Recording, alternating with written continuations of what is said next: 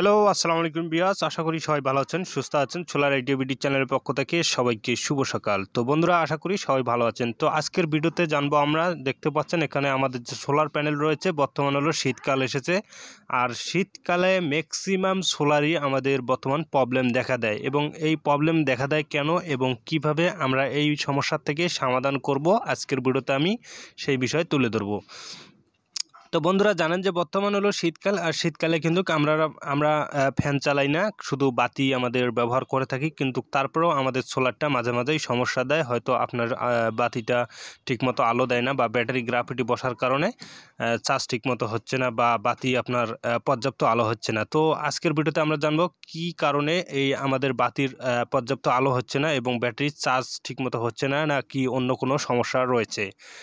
তো বন্ধুরা, এখানে দেখতে পাচ্ছেন আমার সামনে যে প্যানেলটা রয়েছে, প্যানেলের মধ্যে পর্যাপ্ত পরিমাণে ময়লা জমার কারণে কিন্তু আমাদের এই শীতকালে বর্তমানে আমাদের সোলারটা সব সময় চার্জ দিচ্ছে না। অর্থাৎ আপনারা হয়তো এমন জায়গায় আপনার প্যানেলটা লাগিয়েছেন, আপনারা হয়তো জীবনেও খেয়াল করেন না, বা এতদিন পর্যন্ত আপনারা একটু লক্ষ্য রাখেননি যে আপনার সোলারটা কী পজিশনে রয়েছে এবং প্যানেলটা পরিষ্কার রয়েছে না ময়লা অবস্থা রয়েছে। তো আপনারা অনেকেই জানেন না যে আপনার প্যানেলটা কি পরিমাণ ময়লা হয়েছে। তো আপনারা যদি একটু আপনার সোলারটাকে লক্ষ্য করেন, শীতকালে কিন্তু আমাদের সকালবেলা কুয়াশা পড়ার কারণে যে ধুলাবালুগুলো জমে, সেই ধুলাবালুগুলো আমাদের যে সোলার প্যানেল রয়েছে, সোলার প্যানেলের উপরে পড়ার কারণে কিন্তু আমাদের এই ময়লাটা কিন্তু নেমে যায় না।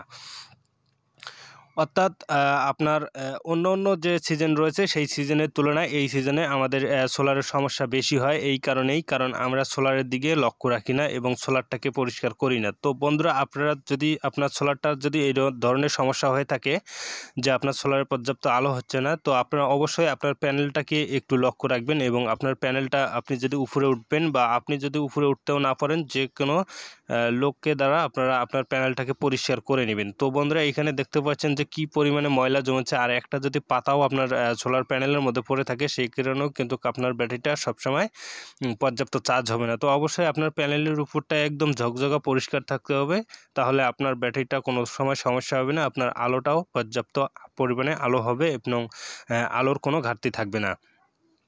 তো বন্ধুরা, আমি এবারে আপনাদেরকে এই প্যানেলটাকে পরিষ্কার করে দেখিয়ে দেবো একদম ক্লিয়ারভাবে। আর আপনাদের যদি এই সমস্যা হয়ে থাকে, তো অবশ্যই আপনারা প্যানেলটাকে পরিষ্কার করবেন, কারণ বর্তমান শীতকালে অন্তত আপনারা 15 দিন বা 20 দিনও যদি নাও পারেন, কমপক্ষে 1 মাস পরে আপনারা প্যানেলটাকে পরিষ্কার করার চেষ্টা করবেন। তাহলে আপনাদের এই সমস্যা থেকে অবশ্যই ইনশাল্লাহ সমাধান পাবেন। তো বন্ধুরা, দেখতে পাচ্ছেন কি পরিমাণে ময়লা জমেছে, আর ময়লা জমার কারণে কিন্তু আমাদের ব্যাটারিটা ঠিকমতো পর্যাপ্ত চার্জ হচ্ছে না, আর চার্জ না হওয়ার কারণে কিন্তু আমাদের বাতির যে আলোটা রয়েছে, সেটা কিন্তু আমরা পর্যাপ্ত পাই না, বা আমাদের বাতির আলো সমস্যা দেখা দিচ্ছে। তো বন্ধুরা, আপনার প্যানেলের অন্য কোনো সমস্যা নাও হতে পারে, কারণ আমাদের এই শীতকালের মেন যে ম্যাক্সিমাম সমস্যাটা দেখা দেয়, সেটা হলো আমাদের এই প্যানেলের মধ্যে ময়লা জমার কারণে আমাদের এই শীতকালে আমাদের সোলারের বেশিরভাগ আপনার 88% সোলারই আমাদের এই কারণেই সমস্যা হয়। দেখতে পাচ্ছেন প্যানেলের উপরে কি পরিমাণে ময়লা জমেছে, পর্যাপ্ত ময়লা জমার কারণে আমাদের প্যানেলটা ঠিকমতো চার্জ হচ্ছে না। তো বন্ধুরা, আশা করি আপনারা বুঝতে পারছেন যে কী কারণে আপনাদের সোলারের সমস্যা হচ্ছে বর্তমান শীতকালে। আর এই সোলারটাকে অবশ্যই আপনারা আজকেই আপনার সোলারটাকে পরিষ্কার করে দিবেন, তাহলে আপনার ব্যাটারিটা নষ্ট হওয়ার রিস্ক থেকে বেঁচে যাবে। তো এখানে দেখতে পাচ্ছেন আমি কিন্তু পরিষ্কার করেছি অলরেডি অটোমেটিক। তারপরে আমরা একটা ন্যাকড়া পানির মধ্যে, সামান্য পরিমাণ পানির মধ্যে ভিজিয়ে তারপরে আবার প্যানেলটাকে পুনরায় আবার সুন্দরভাবে পরিষ্কার করব, যাতে কোনো প্রকার ময়লা আমাদের সোলার প্যানেলের উপরে না থাকে। তো বন্ধুরা, আপনারা অবশ্যই প্যানেলটা পরিষ্কার করবেন, না হলে কিন্তু এই অবস্থায় থাকলে আপনার প্যানেলটা যদি ধীরে ধীরে চার্জ কম দেওয়ার কারণে আপনার ব্যাটারি গ্রাফিটি বসে যেতে পারে, এবং ব্যাটারি গ্রাফিটি বসার কারণে আপনার ব্যাটারিটারও প্রবলেম দেখা দিতে পারে।